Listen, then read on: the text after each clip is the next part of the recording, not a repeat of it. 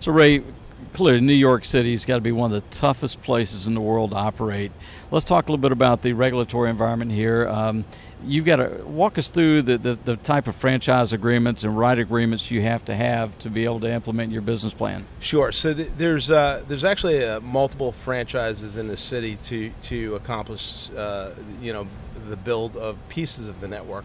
So years ago when we ran LaChance, we had a franchise called the High Capacity Telecommunications franchise, which allowed us to build fiber optic capacity or copper capacity in the streets to provide telecommunications services.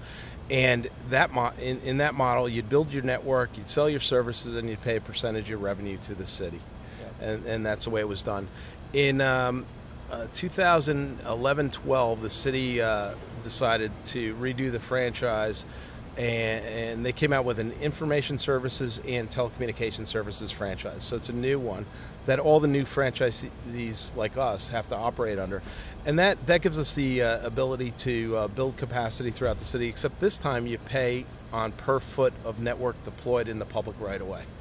So while it simplifies administration, because you basically tell the city where your cable is and what the occupancy lengths are in the city, it disincents you from speculatively building network to reach underserved neighborhoods. So it's counterintuitive in some ways, right? Because yep. You would think that if you were going to speculate in something, you'd want to minimize your upfront costs. And the new model is exactly opposite of that. Yep. So we're hoping that all the franchises in place today expire by 2021. Right.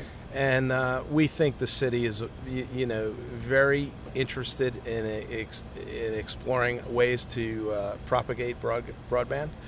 And I think their ears are open on this issue, and they'll probably work with franchisees like us and others to come up with a solution that supports the speculative build of additional network.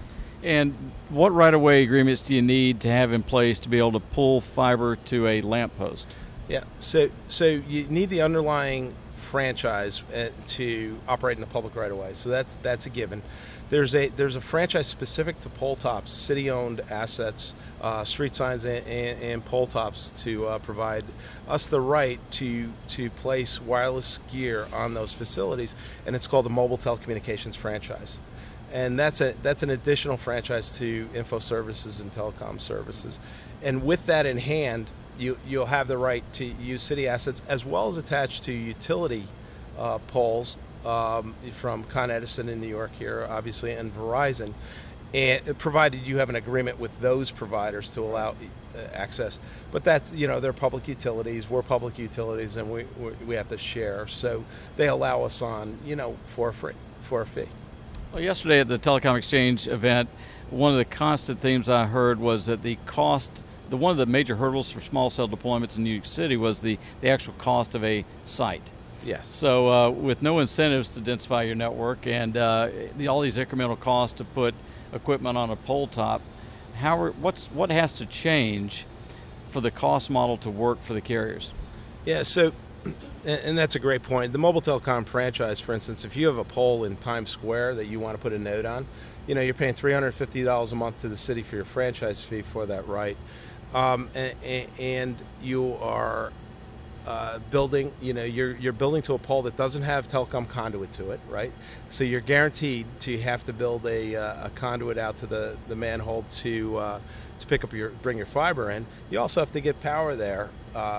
In previous iterations, we were allowed to tap DOT power, yep. and just pay a flat rate to Con Edison. At this point, they've moved towards an independent power model where you have to actually go out and grab your own Con Ed power and bring it to the pole also, while there is power obviously at the yep. base of a pole, right? So the construction costs are pretty high, and I think the public companies that do this stuff are saying it costs up to $100,000 of capex to bring a node to a pole, which is pretty significant. What can we do to lower these costs? I think with the understanding you have to get conduit there without a doubt. So that's baked into there's a dig baked into every single node that gets deployed. We have to look at ways to lower the costs, the franchise cost, the real property. We pay a utility tax to be in the public right of way. Yep.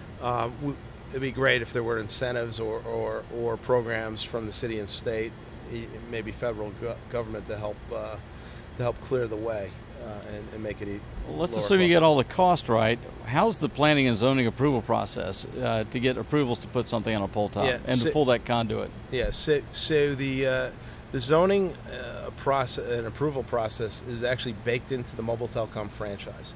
So if you clear the hurdle of getting that franchise, and then you work through the process of the specific permitting for that site, it's actually quite good.